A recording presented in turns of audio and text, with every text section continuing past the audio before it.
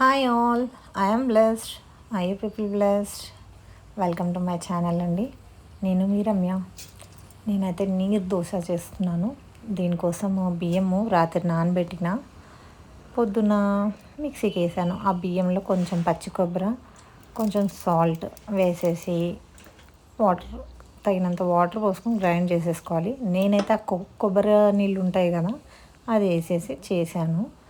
And ఒక గిన్నెలోకి తీసుకొని మన మజ్జిగ ఉంటుంది కదా, బటర్ మిల్క్, ఆ కన్సిస్టెన్సీ ఉండేలాగా వాటర్ కలుపుకోవాలి దీంట్లో.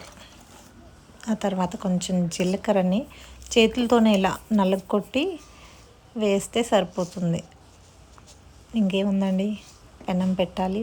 బాగా హీట్ అయిన తర్వాత ఆయిల్ రాసుకొని దోశ వేసేయడమే.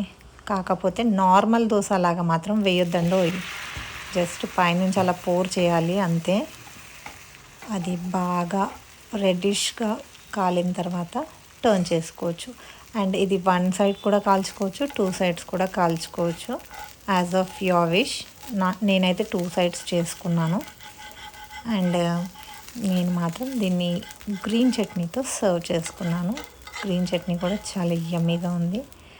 దోశలు మాత్రం అసలు నెక్స్ట్ లెవెల్ ఉంటాయి. ఎన్ని తింటున్నారో కూడా మీకు తెలియదు, అలా తినేస్తారనమాట, అంత బాగుంటుంది.